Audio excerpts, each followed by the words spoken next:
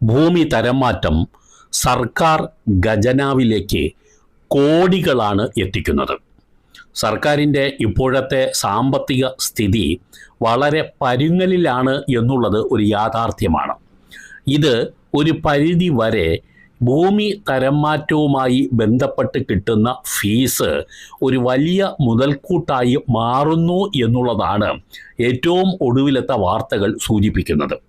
നോക്കുക, കൊച്ചിയിലെ കണയന്നൂർ താലൂക്കിൽ നിന്നും ഇപ്പോൾ ഭൂമി തരംമാറ്റത്തിന് ഏറ്റവും ഒടുവിൽ കിട്ടിയ തുക 20 കോടിയാണ്. ഭൂമി തരംമാറ്റ അപേക്ഷകൾ നേരത്തെ RDO ഓഫീസുകളിലാണ് കൈകാര്യം ചെയ്തിരുന്നെങ്കിലും പിന്നീട് അത് കളക്ടറേറ്റിൻ്റെ ഭാഗമായി മാറ്റുകയായിരുന്നു. ഇത് സംസ്ഥാനത്ത് പല ഭാഗത്തും ഇതിനു വേണ്ടി ഡെപ്യൂട്ടി കളക്ടർമാരെ ചുമതലപ്പെടുത്തിക്കൊണ്ടുള്ള സർക്കാർ